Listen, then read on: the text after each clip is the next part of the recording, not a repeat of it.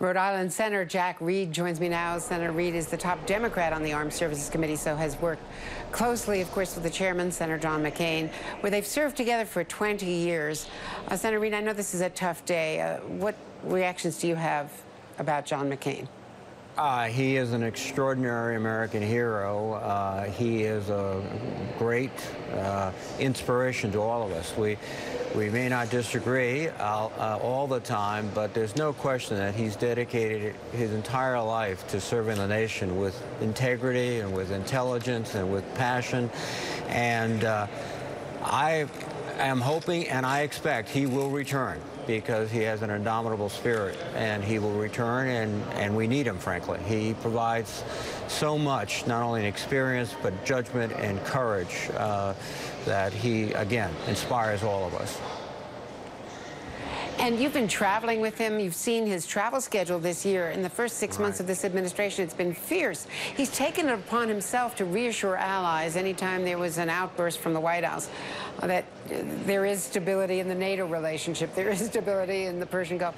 It's extraordinary what he's been accomplishing despite this illness. Absolutely. A schedule that would challenge someone much, much younger than both of us. But he does it relentlessly. I've had the privilege of traveling with him. Last year we went to Hanoi together and Ho Chi Minh City. Then we went to Singapore. It was a relentless, grueling schedule. It's all work. It's not about, sightseeing. And it was critical at this time because he represents a voice of international cooperation, appreciation of allies, understanding that the challenges we face are better faced as a unified democratic entity with other democratic allies across the globe and others who aspire to share our values. So he was performing, again, another public service. He didn't have to do it. He could have simply relaxed and rested, but that's not John McCain. And even today, he issued a very strong statement saying that if reports that the U.S. is withdrawing support, covert support from Syrian rebels, anti-Assad rebels, are true, that it is disgraceful. He sharply criticized the lack of a policy, an overall policy on Syria, and more broadly on the Middle East. So he says that it's playing right into the hands of Vladimir Putin. Your reaction to that?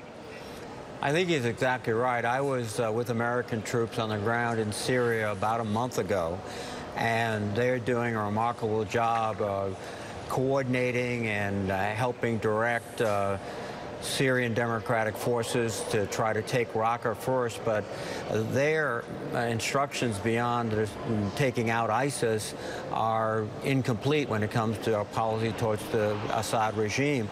And this is going to lead shortly after success in Raqqa to a confrontation in the middle Euphrates Valley, and we have to have a policy. And Senator McCain once again is sounding the alarm, demanding that there be a policy. And he's right, I think, in saying that it has to be one where Assad eventually leaves. He's been a malign force in his own country.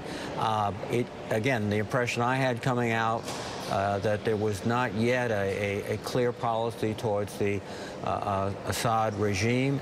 We're certainly trying to destroy ISIS, but we have to have that policy in place. Jack Reed, thanks for joining us on a busy day from Capitol Hill. I really appreciate it.